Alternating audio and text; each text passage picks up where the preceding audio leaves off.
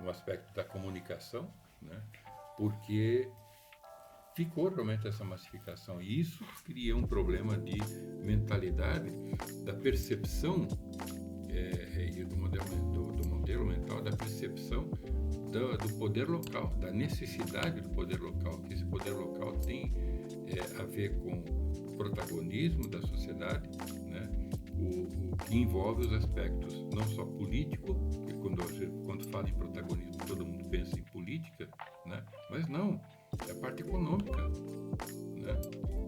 Se você, vamos colocar assim, aquele Em Busca da Felicidade que está lá no preâmbulo da Constituição de 1776 lá nos Estados Unidos, essa busca da felicidade, hoje pensada mais como do ponto de vista material, mas isso está ficando cada vez mais impossível de se fazer por conta da extração dessas possibilidades por parte do governo central. O governo central vem surrupiando cada vez mais isso. E aí eu quero emendar, do ponto de vista econômico, dessa reforma tributária que foi aprovada no Congresso no ano passado e que vai centralizar a partir de 2027, já pelo menos 50%, 60% da reforma tributária, dos aspectos da reforma tributária, vai concentrar em 100% os tributos em Brasília. Os estados e as cidades não terão mais capacidade residual de criar impostos. Tudo que for pensado em tributos no Brasil vai ser arrecadado por um soviete, né? Que vai ser um comitê gestor federativo formado aí por meia dúzia de pessoas e que vai então trabalhar na redistribuição desses recursos para as cidades e para estados. E aí, praticamente, juntamente com o PEC da Segurança Pública e com o sistema eletrônico sob controle, sistema eletrônico de votação sob controle do Estado, nós temos a consolidação do Estado totalitário. O que vocês acham disso? Comentários. Eu não vi em detalhe essa questão da PEC tributária, né, da reforma tributária. Não sabia que era nesse nível de concentração do poder federal. O que eu sei é que nos últimos anos, cada vez mais e mais matérias, mais e mais aspectos, eles vêm se concentrando, né, no poder central, né, que é a União. Isso é até uma questão terminológica ambígua, que quando nós falamos essa questão foi federalizada, né? Então, assim, foi federalizado o quê? Foi delegada, foi o aspecto encaminhada da para a autonomia dos estados, né? Para os entes federativos, a questão federalizada, ou seja, deixada a autonomia, né? Dos estados-membros, enfim, seja qual for a entidade, ou federalizada, ela foi trazida para o governo federal, para a União, e assim, objeto de centralização. Então até essa questão de, por exemplo, federalizar um crime, né? Sim, ele vai para a órbita da União. Então, no Brasil nós não temos muito essa distinção, né? Porque os crimes são todos federais, né? Porque são previstos em leis federais. O que se distingue no Brasil, diferentemente do que acontece nos Estados Unidos, é a questão da justiça competente para processar e julgar esses crimes. Então, eu estou saindo um pouco do tema, mas vou voltar. Então, quando nós vemos... É para a gente circular mesmo. Maravilha. Quando nós vemos, por exemplo, um crime estadual no Brasil, na verdade é um crime previsto em legislação federal, que é julgado por uma justiça estadual, mantida, né, pelo nível estadual de governo e de estado. Então, mas que não termina o julgamento, né, a instância não termina ali. É verdade. Começa no estado, na cidade, no estado e termina lá no STF. Termina no STF e também tem a possibilidade, muitas vezes, na maioria das vezes, de passar pelo Superior Tribunal de Justiça. Sim. Que também é um tribunal digamos assim, federal, né? Na União. Então, nós temos essa distinção. Agora, com relação aos crimes, né? Então, toda a legislação penal, ela por força, né? Se eu não me engano, do artigo 21 da Constituição, ele tem que ser previsto em lei federal e qualquer lei estadual que preveja uma figura delituosa, né? um tipo criminal, como nós dizemos, ela será inconstitucional, né? Mas, com relação à questão tributária, no modelo original da Constituição de 88, havia a previsão dos tributos, digamos assim, possíveis de serem criados, né?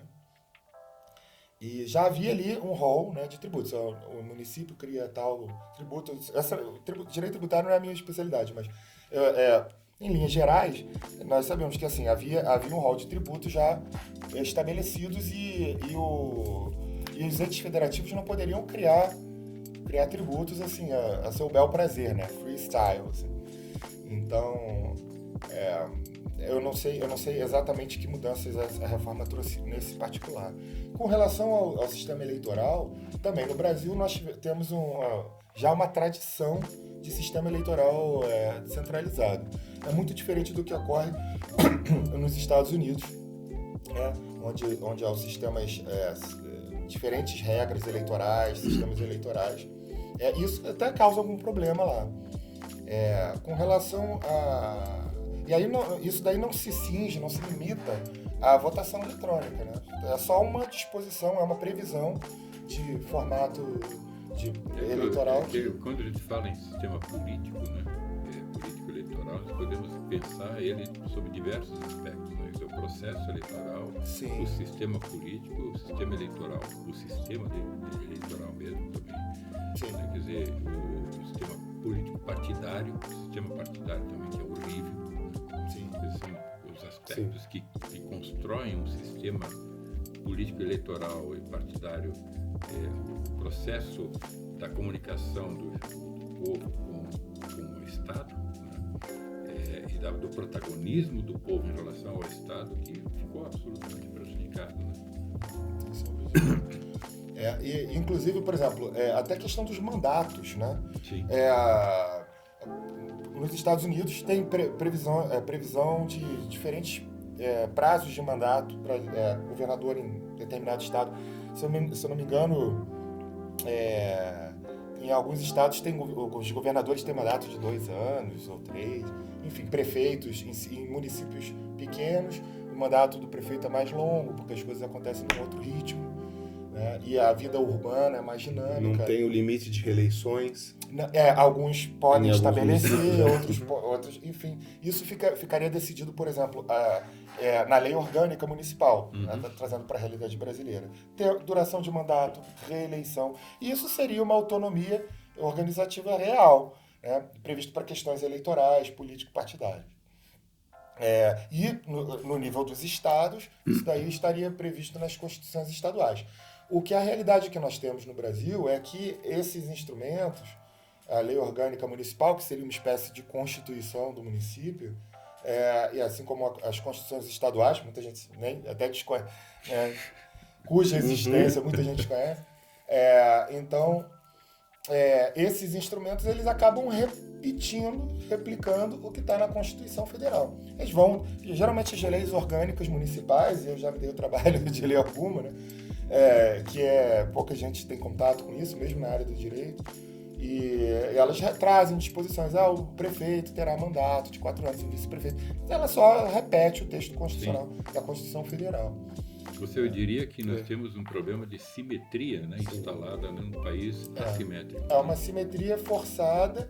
Inclusive, eu tenho um livro publicado justamente sobre isso, o princípio da simetria na Federação Brasileira. Isso. O livro de 2011 e foi escrito com base na minha dissertação de mestrado. Então, essa questão da simetria, ela perpassa vários temas. Então, esse tema eleitoral é um deles. E essa simetria, ela tem diversas origens também.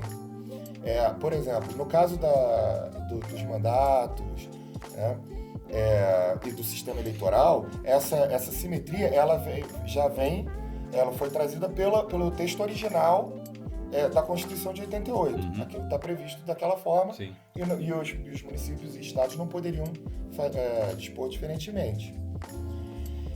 Porém, há outros... Grave, né? É um problema grave. É um problema grave para a ideia, né, para o ideal federalista. Para quem gosta de centralização, isso não é um problema, é uma solução. Mas então, mas essa simetria, ela não vem só do texto constitucional. Às vezes, e é disso que trata o meu livro, essa simetria ela também vem por força de interpretação constitucional, o que costumam chamar de mutação constitucional, que eu acho um nome bonito para falar, né, de interpretação criativa. Tem um outro nome bonito, mas enfim. Que também tem nomes menos bonitos para designar esse fenômeno. O que acontece é que, às vezes, essa simetria ela nem está prevista no texto originário da Constituição, mas ela, por força de interpretação constitucional, e aí eu me refiro à interpretação judicial do Supremo Tribunal Federal, que é quem compete esse tipo de julgamento, eles acabam tomando decisões que tornam o federalismo brasileiro ainda mais simétrico, ou homogêneo, uniforme, né? Mas sempre top-down, né? Sempre de cima para baixo. Sim. Então, eu costumo dizer, assim, eu falo isso no meu livro, que é o seguinte: existe uma petição de princípio aí, porque o Supremo Tribunal, e aí eu me refiro a julgados até mais antigos, nem da composição atual, não. Isso já é uma tradição, já vem de muito tempo, tanto que a minha pesquisa foi de 2006, 2007, então muito tempo atrás, isso já era um fenômeno antigo naquela época. Então, quer dizer, não se trata de uma questão conjuntural, de uma composição atual, eventual. Então, o que acontece, o que nós vemos acontecer é o seguinte: basicamente, nos seus julgamentos, o Supremo Tribunal Federal ele argumenta: a Constituição, o federalismo brasileiro, ele é do tipo simétrico. Portanto, nos casos em que houver dúvida, também tem que ser simétrico. Então, ele é simétrico, logo ele tem que ser mais simétrico ainda. Né? Então, mesmo se contrapondo à cláusula 60 da vedação da tendência de se acabar com a federação. Sim, não só essa cláusula 60, como há outras cláusulas que prevêem a autonomia dos estados, a 18, salvo engano. Artigo 18, né? E no caso dos municípios, artigo 30. Então, assim, assim, por analogia, é mais ou menos aquele raciocínio da competência residual dos estados.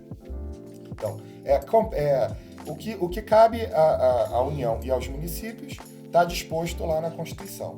Né? Artigo 30, 31, artigo 21, 22. E aí, o que não tiver ali, que acho difícil encontrar alguma coisa que não esteja ali. Distribuição de gás encanado. A única coisa que sobrou. Essa expressa, né? Essa tá dita lá. Não está. A única competência que sobrou foi essa. Tem uma disposição expressa sobre isso. Ela é uma competência enumerada dos estados. Porque a regra é a não enumerada dos estados. Ou seja, o que não for gás, que já é do estado, o que não for escrito como dos municípios e da União... Gás encanado urbano. Gás encanado urbano. Augusto Comte deve estar vibrando lá. Quem? Augusto Comte deve estar vibrando. A gente tem o cara na bandeira nacional, né? Aí, então... Essa chamada competência residual aquilo que não está escrito para os estados e para os municípios é dos estados. Bom, mas o que tem descrito ali é praticamente tudo, né? É uma boca de funil, quase tudo entra ali. Ainda assim, existe essa cláusula geral, né, que acaba sendo pouco efetiva, mas ela está lá. E nem nos casos de dúvida em que se pode falar, não, tudo bem, agora agora valeu, agora vai valer a autonomia. Aí o Supremo vai por interpretação. Sim.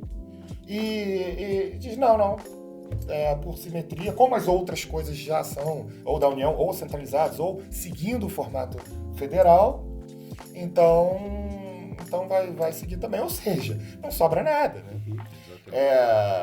Como eu falo agora, não sobra nada pro Betinho, né? Porque o Estado é o Betinho. Não sobra nada pro Betinho, Não isso sobra aí. nada. Aí, então, assim, eu posso dar alguns exemplos, né? A coisa está muito abstrata, para não ficar muito abstrata. Por exemplo, a composição dos tribunais de contas dos estados, né? No Brasil, nós temos o Tribunal de Contas da União e cada estado tem seus tribunais de contas, que eles são ligados ao Poder Legislativo para fazer o controle, né, das contas, o controle sobre o Poder Executivo. Os conselheiros escolhidos pelos próprios fiscalizados. Tem isso, né? Mas isso é só um detalhe.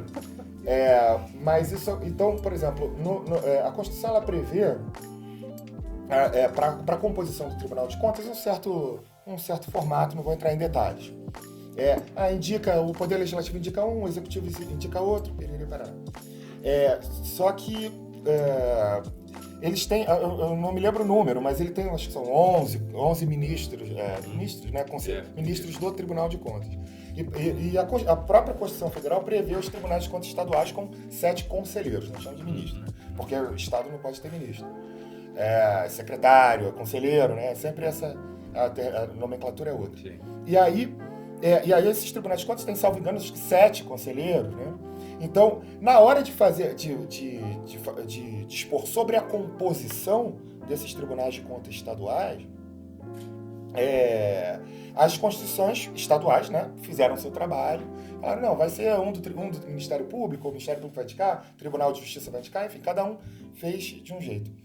E aí o Supremo Tribunal Federal decidiu, não pode. Tem que seguir uma simetria com o que tem para o Tribunal de Contas da União. Meu Deus. Aí eles, como acho que um tem 11, eu não me lembro a quantidade, eu sei que é diferente, dos tribunais de contas estaduais são 7, pela própria Constituição Federal, falaram, não, então vamos fazer um cálculo, fizeram uma fração, uma proporção para tentar adaptar a regra de distribuição de competências para nomear os ministros do TCU. Mantendo a proporcionalidade. Mantendo uma proporcionalidade, Tá certo. Completamente ridículo. essa- Se você gostou desse corte do podcast do Ação Federalista, vá lá no canal, inscreva-se, assista o podcast inteiro, tá muito legal. Você vai aprender um monte de coisa com esses 2 craques com os quais conversei e também sobre federalismo, né?